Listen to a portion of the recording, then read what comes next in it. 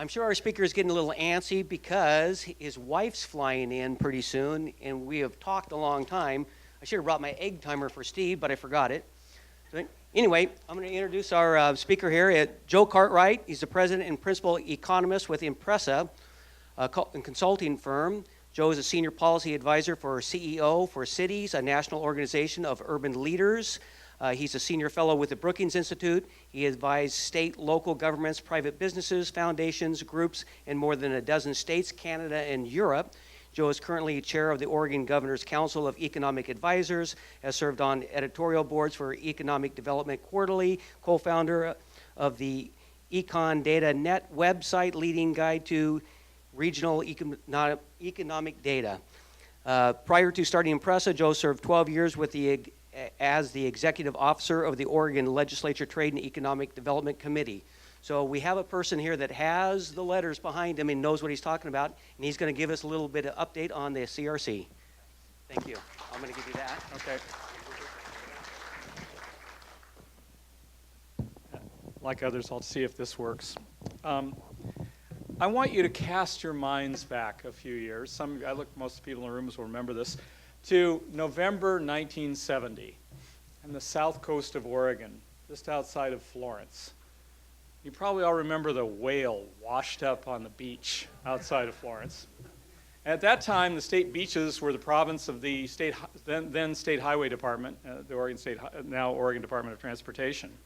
And it fell to them to deal with this problem of the whale that washed up on the beach.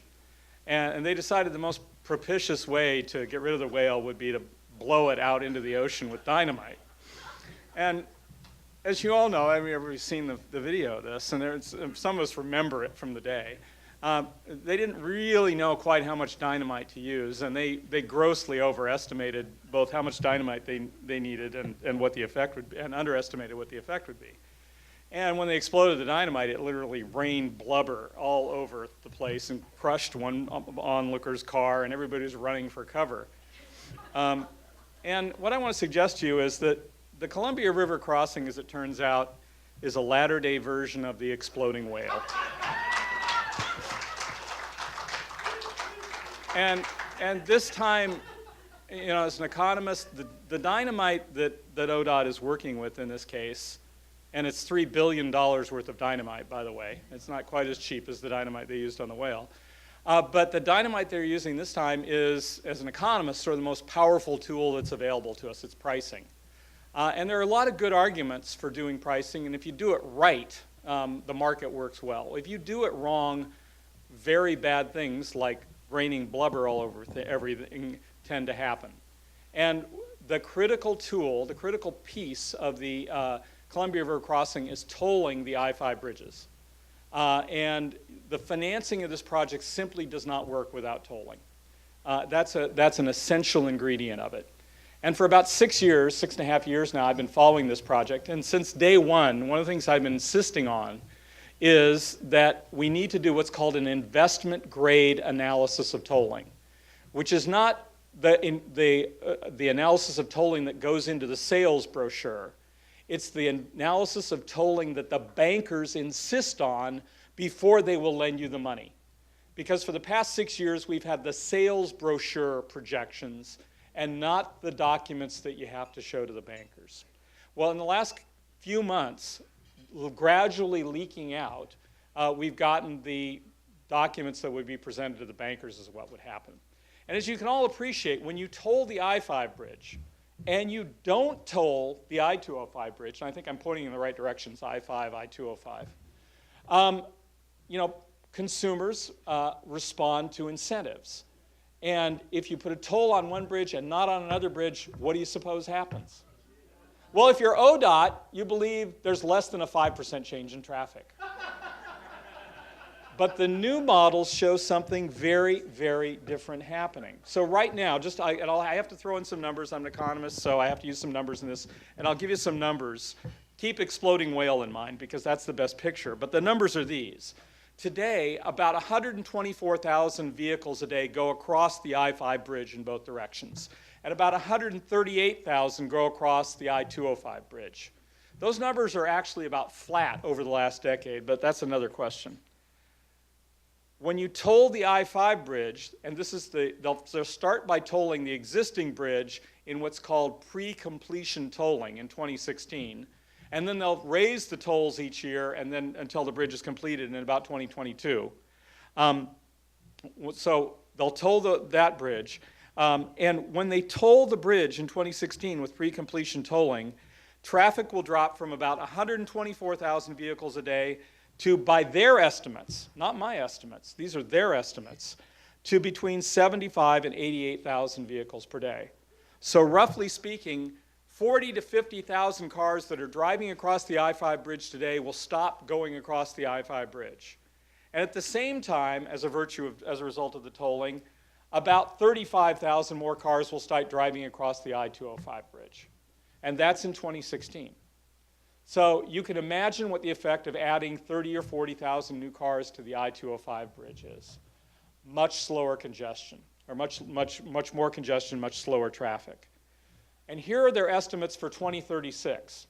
After this project is done, after it's been around for 15 years or so, after we've spent $3 billion on a new 12-lane bridge and a light rail line connecting Portland and Vancouver, fewer people will use the I-5 bridge than use it today. If there ever was a transportation, if there's a rationale for this project, the idea was, it's like getting rid of the whale, that you were going to get rid of this congestion, but in fact, you'll spend $3 billion and move less traffic with the new bridge than are moving with the current bridge. And at the same time, the number of cars on the I-205 bridge, essentially all of the growth in the region, all of the growth in traffic across the Columbia River will be diverted to the I-205 bridge, and between 180,000 and 200,000 cars a day will be using I-5. So roughly speaking, almost twice as many cars will be going across the now old I-205 bridge in 2036 as are using the new I-5 bridge in 2036. So again, we'll have spent $3 billion only to make the traffic congestion problems far worse, particularly on the east side, and to have a $3 billion white elephant that's actually dramatically underutilized. And that's what the estimates of the CRC in their investment grade analysis show. And I have some bad news for you about that. I think they've guessed wrong about those estimates. My personal opinion is they've overestimated how many people will use the I-5 bridge. And I base that on the fact that the company that they hired to do those estimates has routinely overestimated the traffic on tolled facilities around the country. And that's not my analysis of the project, it's the major bond rating agencies who've looked at their track record have said they've overestimated the traffic. So take the numbers that I gave you as sort of the best case scenario for traffic on I-5 and the limited amount of diversion. There's actually likely to be a lot more diversion than that. So, it should be now apparent to everyone that after all this time and all of this effort to sell a project that was supposed to make congestion better and make our transportation problems better, it actually makes them worse. Now let me just conclude by talking about what I think are 4 major points that we should keep in mind in addition to the fact that this really is an exploding whale. First, there are likely to be cost overruns on this project. We're told that it's a... Yes, shocking, yes. Right now, it's estimated costs in big round numbers about $3 billion a year, but ODOT has routinely underestimated the cost of the projects that it's invested in. It's 3 big projects right now. The biggest project it has running is the Highway 20 project between Corvallis and Newport, which was supposed to be done about 4 years ago and was supposed to be completed for about $115 million. The current budget is over $300 million, and it may be done in 2 or 3 years from now. There's also the Grand Avenue Viaduct in Portland, which came in at basically double the budget that it was originally slated for, and the Newburgh-Dundee bypass, which is going to cost about $300 million, more than it was estimated to cost when it was at the same point that the CRC is today. Now, in their submission to the state treasurer, the Oregon Transportation Department assured them that cost overruns wouldn't be a problem because they've done hundreds of projects without cost overruns. They didn't even acknowledge that they're more than $100 million over budget on the Highway 20 project, for example.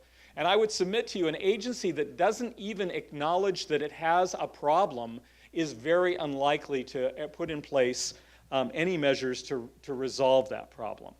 And that's very clear, because one of the things that they said to the state treasurer, Ted Wheeler, was, don't worry, we're going to use something called design-build contracting to assure that we get the project for budget. And design-build basically says, we'll select a contractor, we'll set a dollar amount, and we'll give the contractor a lot of discretion on how to carry out the project so that they can get savings. And they'll have incentives to do it efficiently. Well, the thing that ODOT left out of their explanation was their only large-scale experience with design-build contracting was with the Highway 20 project that went 3 times over budget. And that experience tells anybody who's bidding on this project that ODOT will not make a design-build contract stick. That is, the contractor who was selected and said that they would build it for about $115 million, found out they couldn't build it, and basically first were given an additional $50 million, and then walked away from the project with no penalty. So we know that ODOT can't make a design-build contract stick. Finally, the other thing I have to tell you on cost overruns is, and I've been having these discussions with ODOT from some time, and always raising this issue of cost overruns, which are routine on very large projects like this. And the thing that they have said for the last 5 years, in fact, up until this June, was, don't worry, Washington State has something called the Cost Estimate Validation Project, which works against cost overruns. And it's this thing called CEVP, which is an award-winning process. Well, not only has CEVP not prevented any cost overruns on major projects like the 520 floating bridge, which has leaking pontoons, but also Washington State is no longer involved in this process. So now what do you suppose ODOT is saying? They're saying, don't worry, Washington State isn't involved, so we'll be much more efficient in our decision making. So I can't describe to you how truly Orwellian this experience has been. The old argument was, don't worry, Washington State is involved and they'll prevent cost overruns. And now the argument is, don't worry, Washington State isn't involved and we won't have to worry about cost overruns. So there's real concerns on the cost overruns. The other thing I have to tell you is that ODOT as an agency is fundamentally broken. And here I'll have to say something that, if you look at the demand for transportation in the United States in this region, the demand for that product is going down. Americans are driving less. And that's a perfectly rational response to the fact that gasoline now costs $3 or $3.50 a gallon and not $1 a gallon. Used to be we drove about 27 miles per person per day in the United States. That's down to about 25 miles per person per day. But the Oregon Department of Transportation and highway departments everywhere are still acting as if driving were growing as much as it was in the 1980s and 1990s when gasoline cost $1 a gallon. And by their reckonings, by their projections, we ought to be driving about 30 miles per person per day. And projects like the CRC are predicated on the assumption that people are going to drive more and more every year. But we're driving less and less. And what that means is, and this was in the felicitous phrase of the Portland Trailblazers a few years ago, they have a broken revenue model.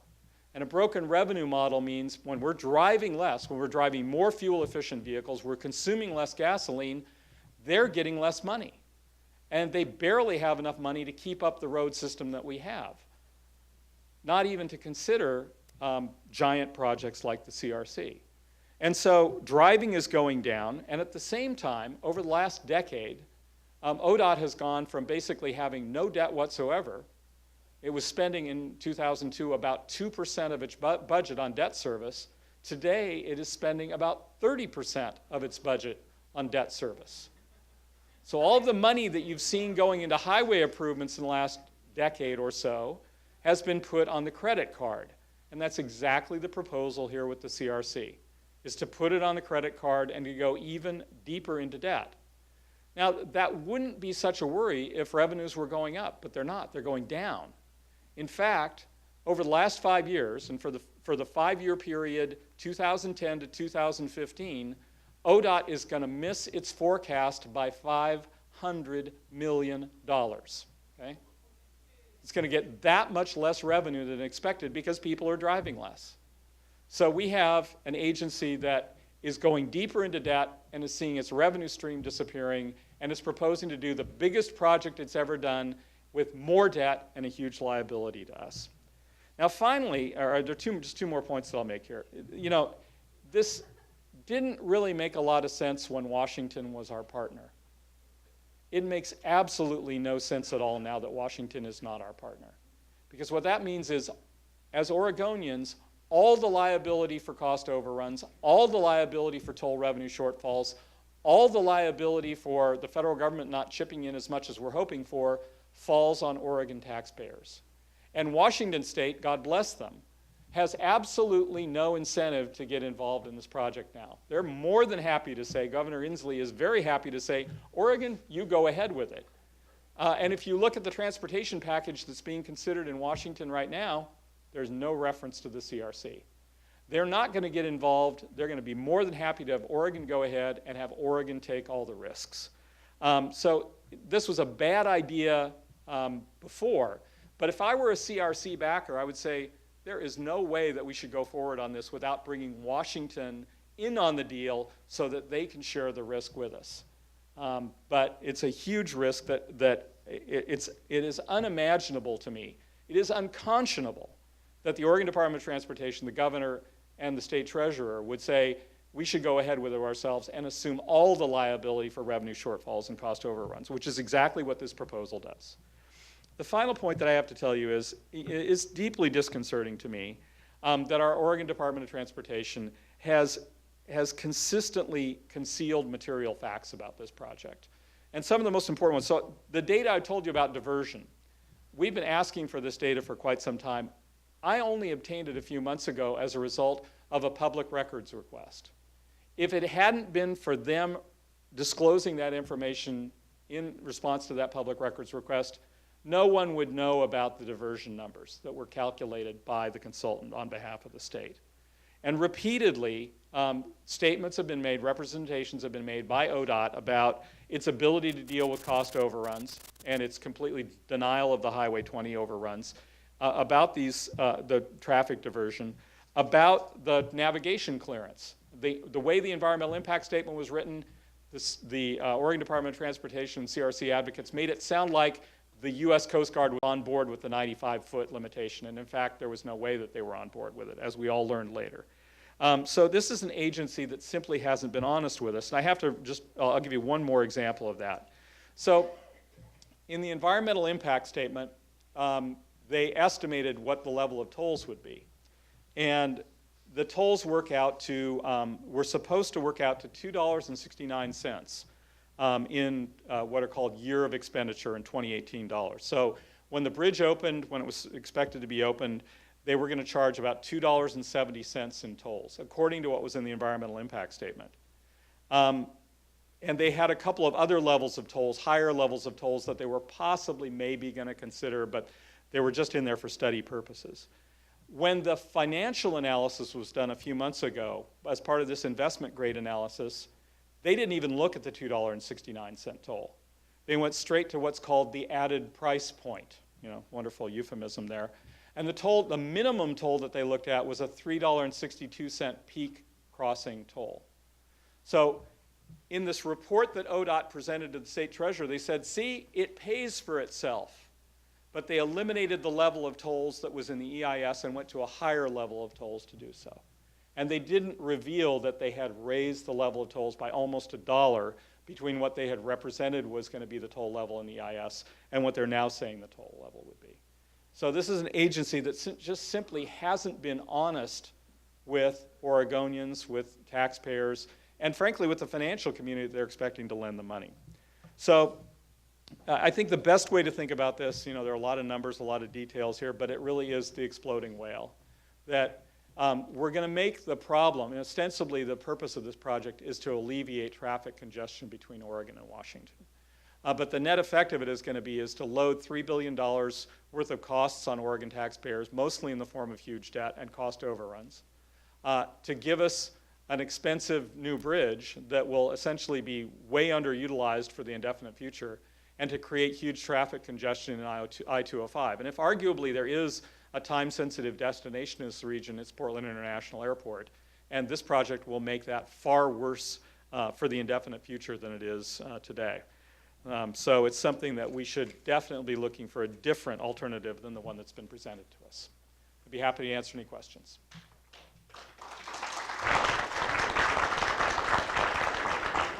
Is the toll a two-way toll or is it a one-way toll? It's two-way toll, $3.60 each way. So if you're commuting at the peak hour from Vancouver, as about 50,000 people are, that's the total cross-river traffic. It'd be about $7 a day.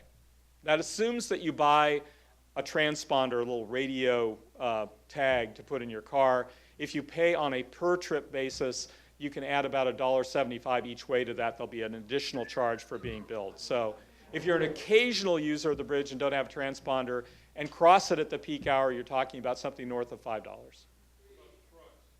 Oh, trucks pay a multiple of the car crossing. So 2 times or 3 times the car crossing rate. No, that's for the vehicle. That's 2x or 3x, and it's based on the size of the truck. So yeah, if it's a $3.60 toll, figure about an $11 toll for a truck with a transponder and $13 for a truck without a transponder. No, the consultant is a company called CDM Smith, which was also the company that did the Bridge to Nowhere toll study as well. Yes? So if I understand it right, you communicate with Governor Purz on Dr. No here in the state. You're on a committee. I serve on what's called the Governor's Council of Economic Advisors, which actually advises the state economist on the revenue forecast. So it's not like I sit down with the governor and talk to him about the economy. Does he ever hear or listen or read any of this stuff? Does he pay attention? You know, I can't tell you the answer to that question. Yes. Talk about this fare that you've computed. Is that based on a $3 billion cost? So that if we add $1 billion to the cost or $2 billion, will the fares just have to go up? Yeah. Thanks. That's a very, very good question, and thank you. I should have explained the financing a little bit. The tolls that would be charged for the bridge pay, roughly speaking, a little over a third of the cost of the project. So at a $3 and roughly 60-cent toll, the people who are using it are only paying about 35% of the cost of the project. It really costs something on the order of $10 per vehicle to go across the bridge. And one of the things that they're talking about, there's a lot of back and forth about this. They talk about something called headroom, which means we think we could raise the tolls higher if we needed more money. But they've double or triple spent the higher money. Yes? Yeah, I was going to ask about the truck toll, but you gave a number. In New York City, I just read an article that some of the truckers are upset about the toll across some bridge, I forget what it is, to get into New York, of $102 per crossing. Yeah, I don't know. I don't know about that one. That might be a precursor. Yeah, I mean, just 2 things. Truckers, no surprise, don't like tolls. And there's a lot of evidence that they would divert to the 205 bridge. And heavy trucks are supposed to pay about 25% of the toll revenue. This is one of the technical questions we have. They have not presented us anything that shows us what the effect on truck traffic will be. The other thing I have to tell you. Yeah, thank you. That's right. Very good. And the other thing I have to tell you is the toll evasion. There are 2 issues here. One is Washington. We don't have a law that says Washington will deny vehicle registrations to people who don't pay their Oregon tolls. And understand there won't be toll booths here. You'll just drive across the bridge, and you'll either have a transponder or they'll take a picture of your license plate and send you a bill. They don't have a way to make Washingtonians pay the bill in Oregon. And also, there are a lot of interstate trucks, too. And so, you know, how do you get them, particularly if they're only going to cross the bridge a few times a year? Yes, dear. You realize I'm on thin ice with her now. So I'll take a couple more questions. Well, if Yeah, that's right. the case, if these people are now going to go out to 205, what happens to that this intersection from I-5 over here to Banfield, which is already a parking lot many times during the day, and they just resurfaced it? That means Yeah. that, you know, either that's gotta go wider yet, or double-deckered, or something, because it isn't gonna handle that kind of traffic. Yeah, it creates huge problems, particularly on the Banfield and with access to I-205. Yeah, or to the airport. Yes. Yeah, Joe Scott Roberts from Washington came down today. And since you guys are gonna go alone on this project, we have Light Rail Lynn Peterson that we would love to bring back to help you with it.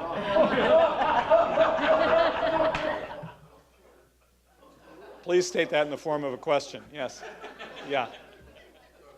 Yeah. Oh, sorry. I'm going to give this gentleman a chance. So how much of this is available in written form so that we can? Yes. You know, I've submitted this on the record to Clackamas County. I don't know if they published it on the record, but we'll be making it available. I have to thank my benefactor, my sponsor in all this, Chris Gerard, who's the CEO of Plaid Pantry, who sponsored a lot of the analysis that I've done, and we'll make it available, either through Plaid or I can hand out my business card in embraceconsulting.com, and we can make it available to you. Sure. Greg's about to give me the hook here. Do you want saved yet? Give me a couple more, and then I'll sprint for the exit. Thank you, sir. Yeah. First of all, have you ever given this update, a recent one, to the City Club of Portland? You know, I had a debate with Rex Burkholder in 2008 on this, but nothing since then.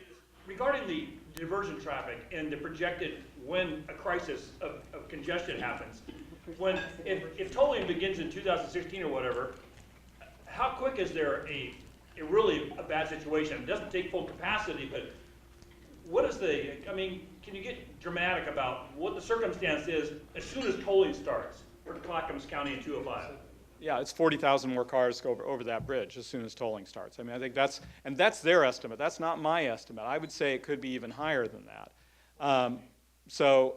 You know, but it's likely to be very severe right away. And you know, 205. You know, traffic congestion is what economists call a stochastic process. So you're running traffic through, and then occasionally it gums up, and then it gets bad. And it's just going to be, you're going to have more and more instances of that. I can't say it'll be backlogged every single day, but when you add 40,000 more cars, it's going to be much worse, much more often than it is today. Yeah, well, yeah. I'll take one more. Yes. Is there any analysis as to the stress that will put on the 205 bridge, the structural stress? Oh, yeah, I don't think there's any problem with the physical stress. I think the bridges can handle the weight of the vehicles. It's the stress is on the nerves of the motorists who are having to use the facility. So, Alternatives going a different way. Yeah, Amazon Prime will be able to fly you by drones. yeah. But he's got stress going now. Yeah, I got serious stress coming right now. But thank you very much for the invitation, Greg. Thank you, Greg.